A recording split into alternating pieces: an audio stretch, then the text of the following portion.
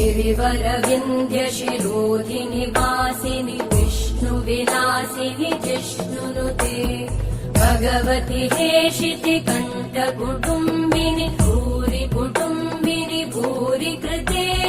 जय जय हे महिषासुरमर्दिनि रम्यकपर्दिनि शैलसुते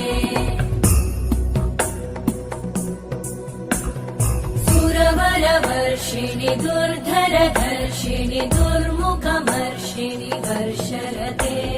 त्रिभुवनपोषिणि शङ्करतोषिणि कल्मषमोषिणि घोषरते